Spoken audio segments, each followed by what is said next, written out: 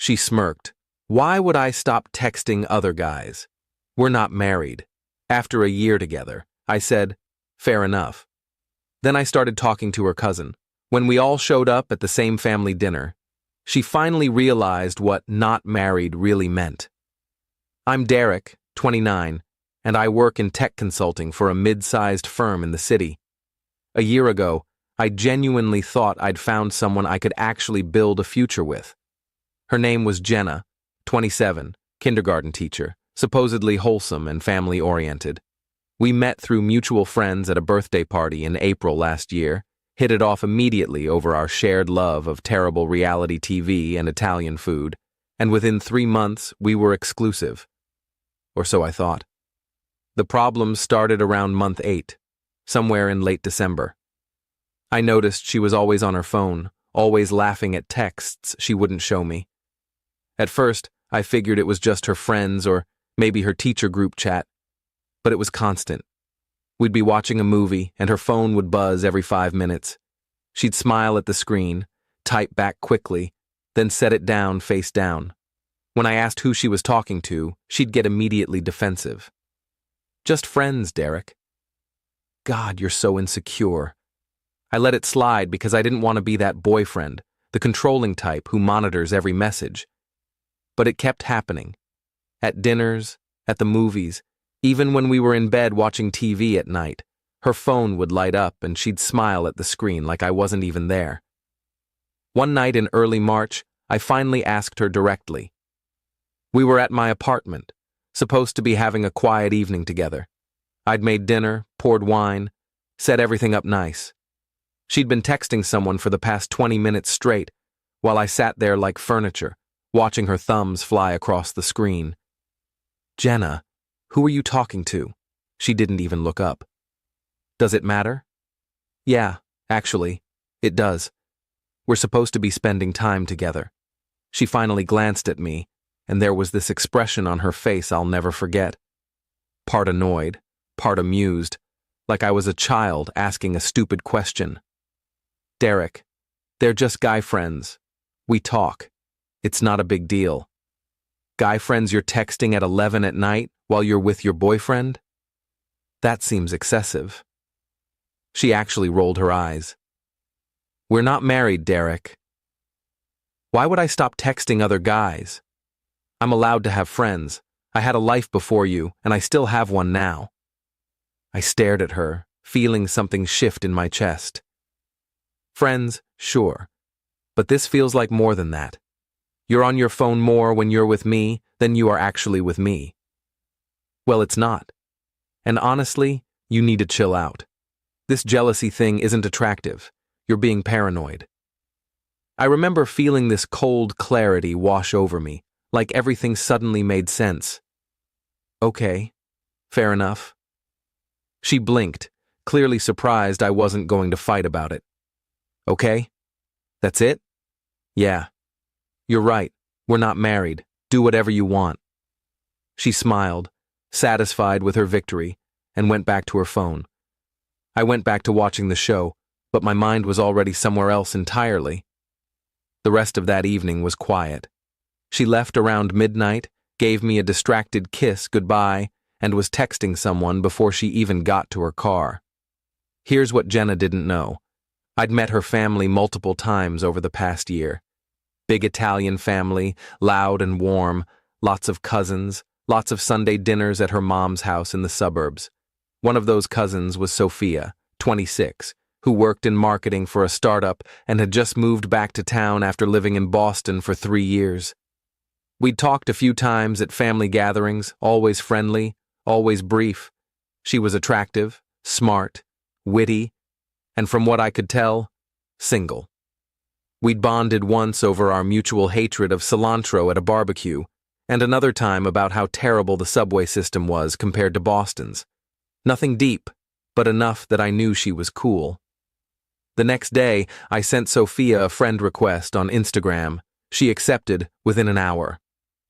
I waited a full day, not wanting to seem desperate or weird, then messaged her something casual about a marketing campaign I'd seen on a billboard that reminded me of something she'd mentioned at the last family dinner. She responded enthusiastically. We started talking. About work at first, then about living in the city, then about our favorite restaurants, books, podcasts, life in general. The conversations were easy, natural. She'd respond quickly, ask follow-up questions, actually engage. It was refreshing. I wasn't doing this to hurt Jenna, at least not at first. I was doing it because Jenna had made it abundantly clear we weren't serious enough for exclusivity to matter. And Sophia was easy to talk to. She was funny, engaged, asked about my day, actually put her phone down when we eventually met for coffee 2 weeks later at this place near her office. That coffee turned into dinner the following week at a Thai restaurant we both loved. Then drinks at a rooftop bar. Then a Saturday afternoon walking through the farmer's market, buying fresh bread and talking about everything and nothing. Sophia knew I was dating her cousin, of course. It came up naturally during one of our dinners in late April. "How are things with you and Jenna?" she asked, stirring her drink. I shrugged. Honestly, I don't know anymore. She's made it pretty clear I'm not her priority. Sophia nodded slowly, choosing her words carefully. Jenna's always been like that, even growing up. She likes attention, lots of it. From everyone. She was the pretty one in the family, always had boys chasing her, and I think she got used to it. Yeah, I'm definitely getting that impression now. Are you guys serious? Like, is this going somewhere? She doesn't seem to think so. She told me we're not married, so she can do whatever she wants. Sophia's eyebrows shot up. She said that? Word for word. Wow, that's harsh. Yeah. She looked at me for a long moment, something unreadable in her eyes. And what do you think? Do you want it to go somewhere? I think I'm figuring things out, reevaluating what I actually want. Meanwhile, Jenna and I were still technically together, but we were barely seeing each other. She was always busy, always tired, always texting someone else when we did manage to meet up. I stopped initiating plans after a while, curious to see if she'd notice. She didn't. When we did hang out, it felt like we were roommates who tolerated each other, not a couple in love. She'd scroll through her phone, I'd scroll through mine, and we'd exist in the same space without really connecting. The relationship had become a habit neither of us had the energy to break. By mid-May, Sophia and I were talking every single day. Nothing physical had happened yet, but the emotional connection was undeniable and growing stronger. She'd text me good morning with a coffee emoji.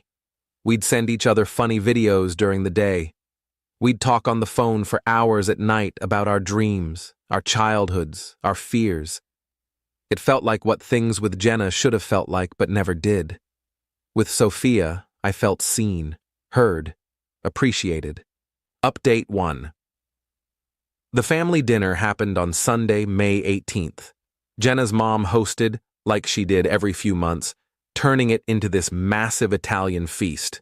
Big spread, 20+ people, the whole extended family crammed into her house. Jenna had mentioned it to me a week earlier, casually, like an afterthought while she was scrolling through Instagram. Sunday dinner at my mom's. You're coming, right? Sure. Okay, cool. It starts at 3. What she didn't know was that Sophia had also invited me. Separately. We'd been texting about it for days, half joking about the chaos of showing up together, but also kind of excited about it in a reckless way. We both knew it was going to be messy, but neither of us wanted to hide anymore. I arrived at 3 p.m. sharp. Jenna's mom answered the door, pulled me into one of her signature crushing hugs, told me to make myself at home, and that there was already wine on the counter. Jenna was in the kitchen with her sister and aunt, barely acknowledged me when I walked in. She glanced up from her phone for half a second. "Hey," she said flatly, then went back to typing. "Hey." That was it. No hug, no kiss, no smile. Nothing. I might as well have been the mailman. I grabbed a beer from the cooler and made small talk with her dad and uncle in the living room about the Mets game. Sophia showed up 20 minutes later.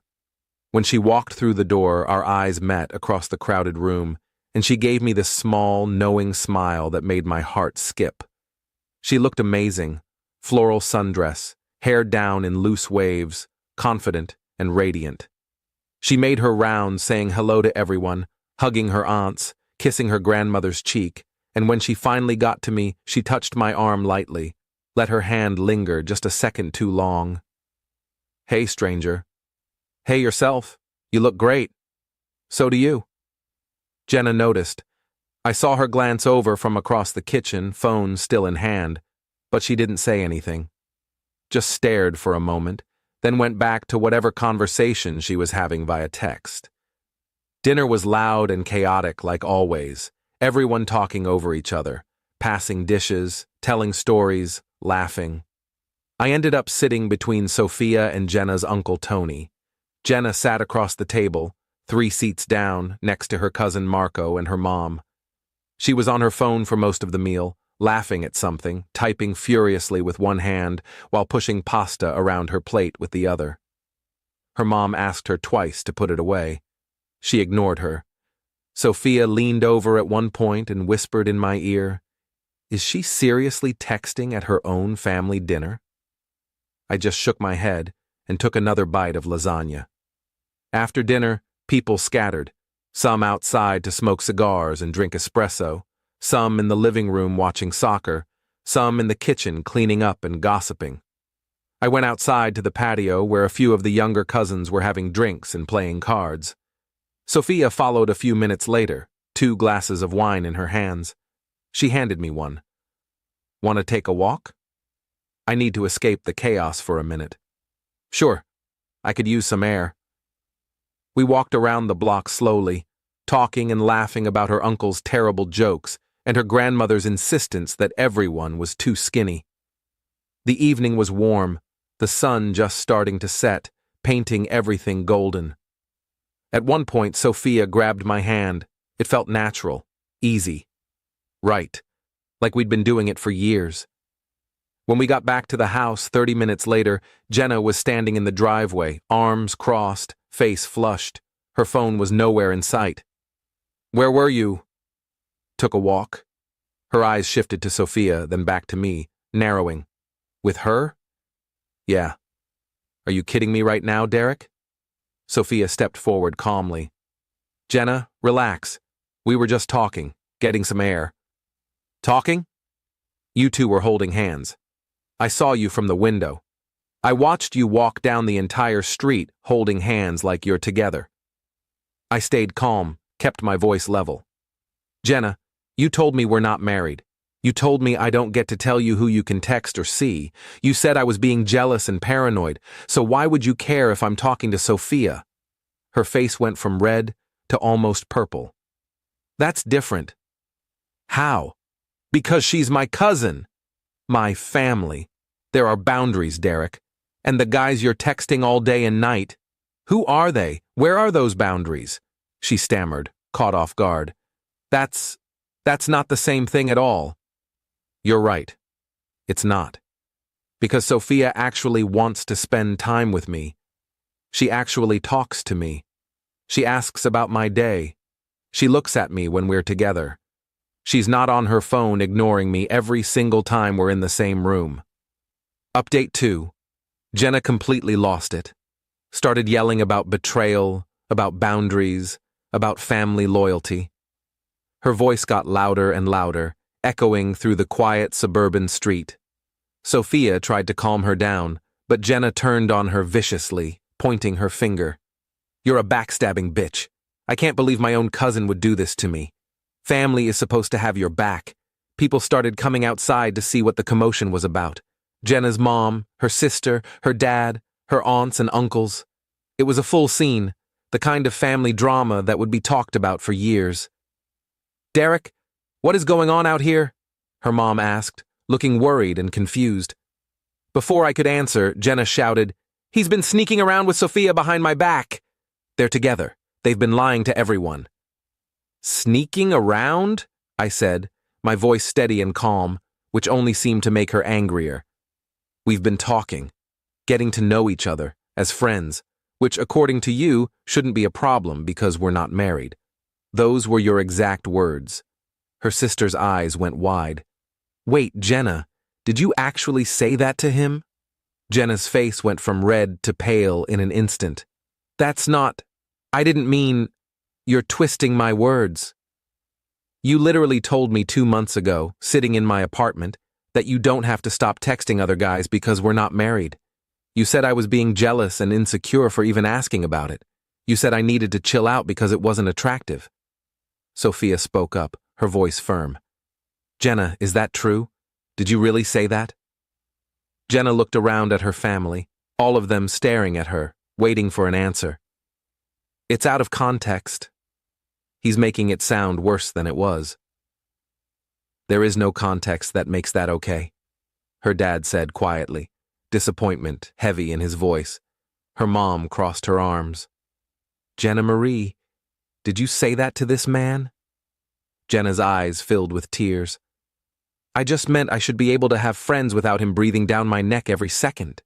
He was being controlling. Friends don't text at all hours of the night, Sophia said.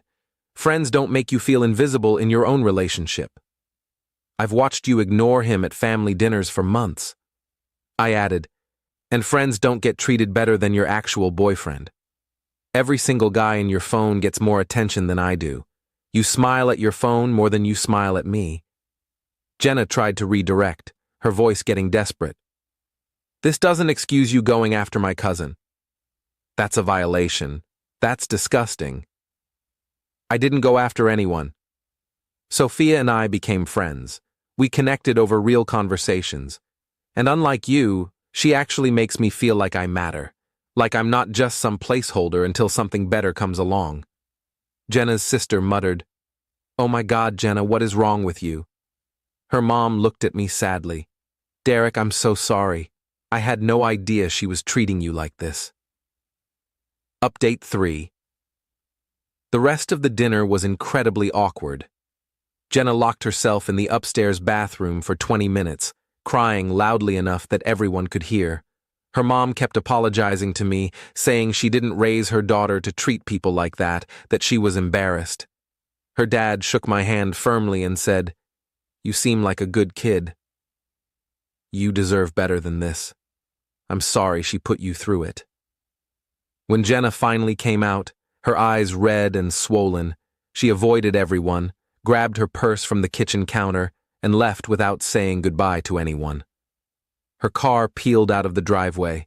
Sophia and I stayed for another hour. We helped clean up, dried dishes, talked with her family. Turns out, a lot of them had noticed Jenna's behavior over the past year and were glad someone finally called her out on it. Her aunt said Jenna had always been self-centered, but had gotten worse lately. Her sister admitted she'd tried to talk to Jenna about the phone thing, but got shut down immediately. Sophia and I left together around 8. Sat in my car in the driveway for a while, just talking, processing everything that had happened. That was absolutely insane, she said, laughing nervously. Yeah, I didn't think it would blow up like that. Are you okay? Honestly? I feel relieved, like this weight I've been carrying for months just lifted.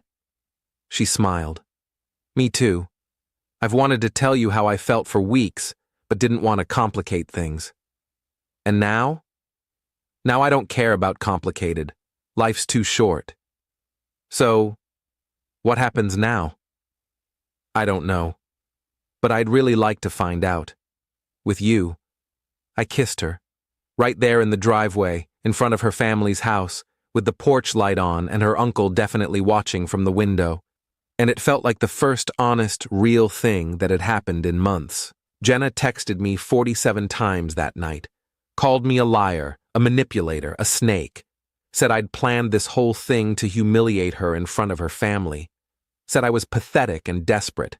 Said Sophia was trash. I didn't respond to any of it. Just read them, felt nothing, and went to bed. The next morning, I sent one message. We're done.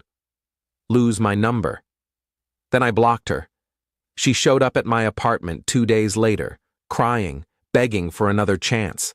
Said she'd delete all the guys' numbers, said she'd be better, said she loved me and couldn't imagine her life without me. I told her it was too late, that she didn't love me. She loved the idea of me being there whenever she decided to pay attention. She called me every name in the book, screamed at me in the hallway, then finally left when I threatened to call security.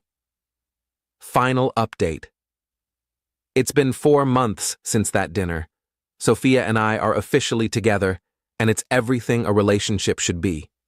Easy, supportive, fun, passionate. We laugh constantly. We actually talk. We put our phones down. Her family loves us together, which is hilarious considering how it started.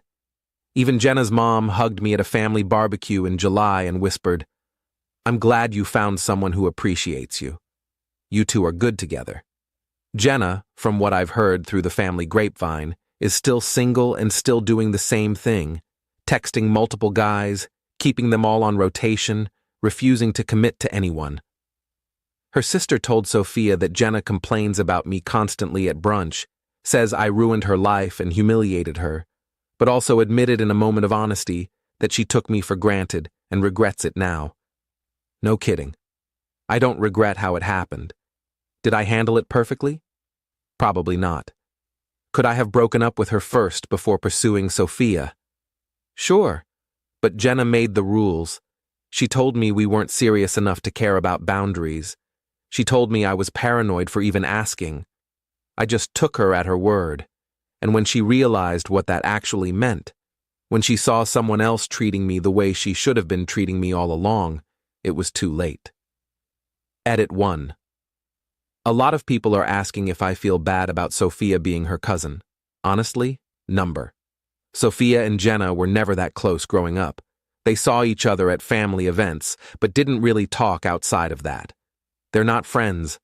And Sophia had no idea how Jenna was treating me until we started talking, and I opened up about it. Edit 2. Yes, Jenna still tries to text me sometimes from different numbers. I have her blocked everywhere. Sophia thinks it's funny and pathetic. We joke about it now. Edit 3. For everyone saying I'm petty or that I should have just broken up with her first. Yeah, maybe. But I'm also happy now. Really happy. So I'll take it.